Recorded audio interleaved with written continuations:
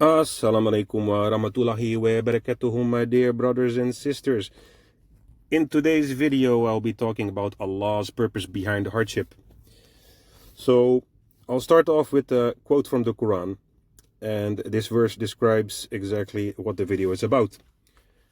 Whenever someone is touched by hardship, they cry out to us, whether lying on their side, sitting, or standing. But when we relieve their hardship, they return to their old ways as if they had never cried to us to remove any hardship. This is how the misdeeds of the transgressors have been made appealing to them. Surah Yunus chapter 10 verse 12. Another similar verse says, "And when adversity touches man, he calls upon his Lord, turning to him alone. Then when he bestows on him a favor from himself, he forgets him from whom he called upon before." Surah Az-Zumar chapter 39 verse 8. These verses describe a common human weakness. We are quick to turn to Allah in moments of desperation, but are just as quick to forget His mercy once the crisis has passed. The hardship serves as a powerful, unfiltered reminder of our complete dependence on Him, stripping away the illusions of control and self-sufficiency we build up during times of ease. Here's the broader Islamic view on why Allah allows hardships and how they are meant to make you turn to Him. Number 1, hardship as a test of faith. The Quran is clear that this life is a trial, and both ease and hardship are parts of that test. Allah explicitly states that He will test believers to see who is truly steadfast. "And we will surely test you with something of fear and hunger, and a loss of wealth and lives and fruits. But give good tidings to the patient, who, when disaster strikes them, say, 'Indeed, we belong to Allah, and indeed to Him we shall return.'" Surah Al-Baqarah, chapter 2, verse 155 and 156. Another Quranic verse. "Do the people think that they will be left to say, 'We believe,' and it will not be tried? But we have certainly tried those before them, and Allah will surely make evident those who are truthful, and He will surely make evident those who are false." Quran chapter 29, verse 2 and 3. These tests are not meant to punish, but to reveal the true nature of one's faith. It is easy to be a believer when life is good, but true patience, sabr, and trust tawakkul are shown in times of difficulty. 2. Hardship as a purification and expiation of sins. From the Islamic perspective, hardships in this world are a mercy. They serve to cleanse a believer of their sins so that they meet Allah on the day of judgment with a cleaner record.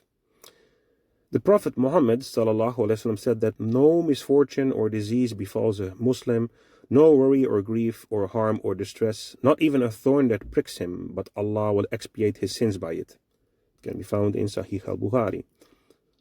Another hadith also said, "The believer is like a tender plant. From whichever direction the wind comes, it bends him, but when the wind becomes calm, he stands straight again. And the disbeliever is like a cedar tree, standing firm until Allah breaks it when He wills." Also, this one can be found in Sahih al-Bukhari.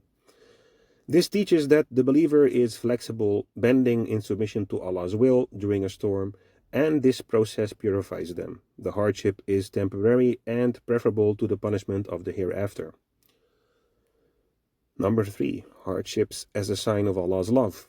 This may seem contradictory, but in Islamic tradition, being tested is often seen as a sign that Allah wants good for a person. It is a means of elevating their spiritual rank, something that comfort and ease alone cannot achieve. The Prophet, may peace and blessings be upon him, said, "When Allah wills good for His servant, He hastens the punishment for him in this world. And when Allah wills evil for His servant, He withholds from him the punishment for this sin until He seizes him with it on the day of resurrection." This one can be found in Hadith Tirmidhi. Another hadith, which is, "The people who face the most difficult tests are the prophets, then the righteous, and then those following them in their degree." And also this one can be found in Al-Tirmidhi.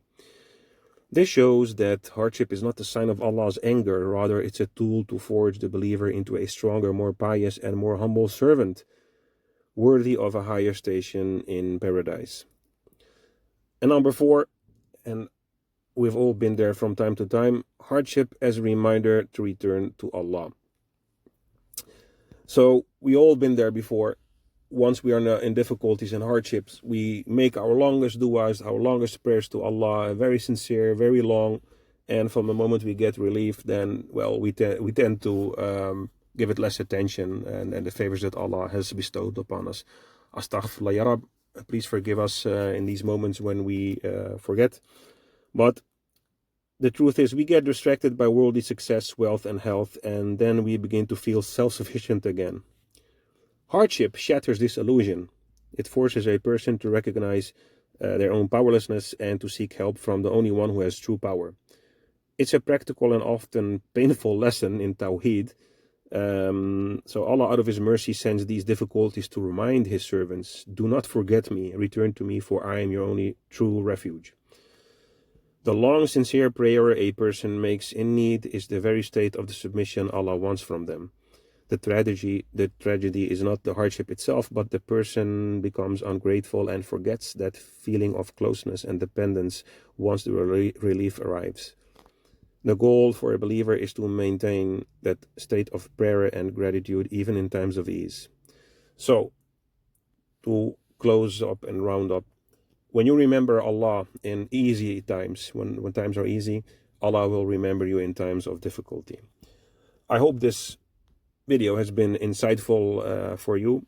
May Allah protect us from falling into that trap of ungratefulness, and may He lead us to His satisfaction. Amin ya Rab, Amin ya Rab, Amin ya Rab. Thank you for tuning in, and see you in the next video. Assalamu alaikum wa rahmatullahi wa barakatuhu.